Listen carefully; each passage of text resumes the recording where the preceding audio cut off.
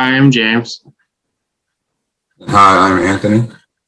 This is Chat with PSAC. Today we're going to be talking about mental health and the importance of mental health, especially during this pandemic. You'll be seeing a video on mental health and what it is.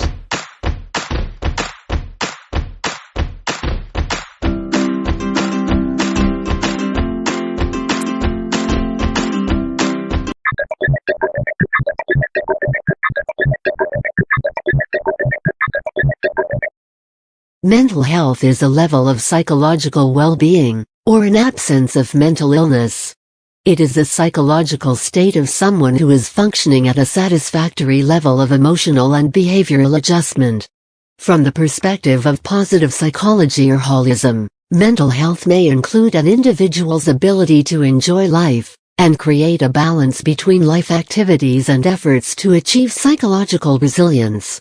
According to the World Health Organization (WHO), mental health includes subjective well-being, perceived self-efficacy, autonomy, competence, intergenerational dependence, and self-actualization of one's intellectual and emotional potential, among others. The WHO further states that the well-being of an individual is encompassed in the realization of their abilities, coping with normal stresses of life, productive work and contribution to their community. Cultural differences, subjective assessments, and competing professional theories all affect how mental health is defined. A widely accepted definition of health by mental health specialists is psychoanalyst Sigmund Freud's definition, the capacity to work and to love, considered to be a simple and more accurate definition of mental health. According to the U.S. Surgeon General, 1999, mental health is the successful performance of mental function, resulting in productive activities, fulfilling relationships with other people, and providing the ability to adapt to change and cope with adversity. The term mental illness refers collectively to all diagnosable mental disorders, health conditions characterized by alterations in thinking, mood, or behavior associated with distress or impaired functioning. A person struggling with his or her mental health may experience stress, depression, anxiety, relationship problems, grief, addiction, ADHD or learning disabilities, mood disorders, or other mental illnesses of varying degrees. Therapists, psychiatrists, psychologists, social workers, nurse practitioners or physicians can help manage mental illness with treatments such as therapy, counseling, or medication. Mental illnesses are categorized as follows. Neurosis, also known as psychoneuroses. Neuroses are minor mental illnesses like phobias, obsessive-compulsive disorders, and anxiety disorders, among others. Psychosis. Psychoses are major mental illnesses in which the mental state impairs thoughts, perception and judgment. Delusions and hallucinations are marked symptoms. This may require the use of psychotic drugs as well as counseling techniques in order to treat them. Mental health is also used as a consumerist euphemism for mental illness, especially when used in conjunction with concerns, problems, or clinic. Consequently, mental health is now being equated with mental illness without reference to the positive strengths associated with mental health.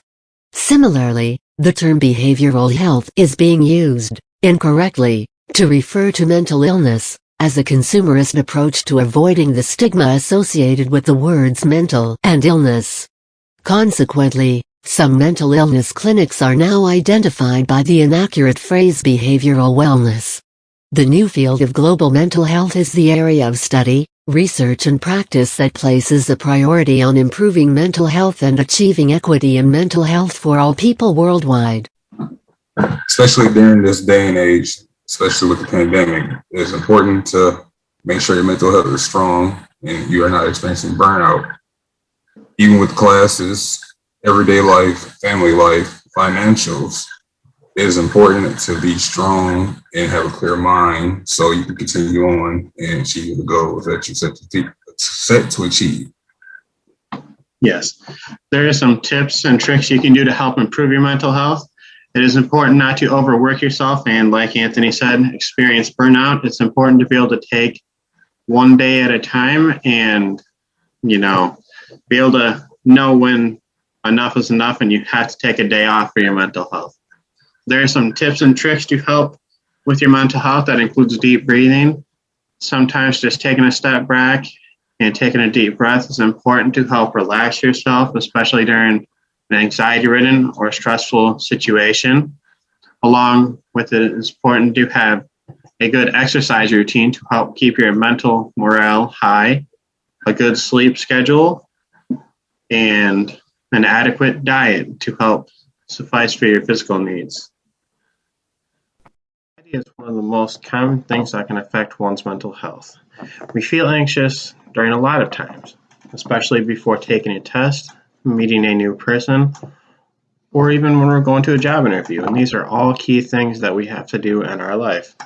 If you feel anxious, it is important to be able to recognize your anxiety and use coping strategies, like earlier when we suggested taking deep breaths and just taking a step back and thinking through things. These are all key strategies to counteract anxiety. When you're able to recognize your own mental health and when things try to counteract your mental health, it's important to understand these situations and how you can cope with them and battle against things like anxiety and depression. Another important thing about mental health is for yourself, reach out to someone. If you are experiencing any kind of these symptoms, whether burnout, bad thoughts, or you just really, really need someone to talk to, don't hesitate. It is important for you and your family, but everyone to be okay. And mental health affects everyone, whether you know it or not. So there is no wrong way to talk about it or reach out to someone. So don't hesitate. So again, with your mental health, follow the tips, know when to reach out, exercise, diet, and take time for yourself. So this has been Chatting with PSET. I'm Anthony. And I'm James, and I hope everyone has a great day.